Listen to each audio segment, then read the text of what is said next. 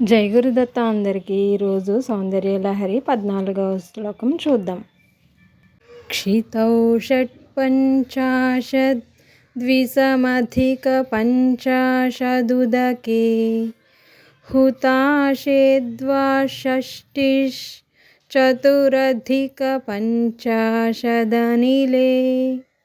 దివిష్విషత్రింశన్ మనసి చతుషష్టిరితి యే మయూఖాస్తేషామప్యుపరి తవ పాదాంబుజయుగం. ఇప్పుడు అర్థం.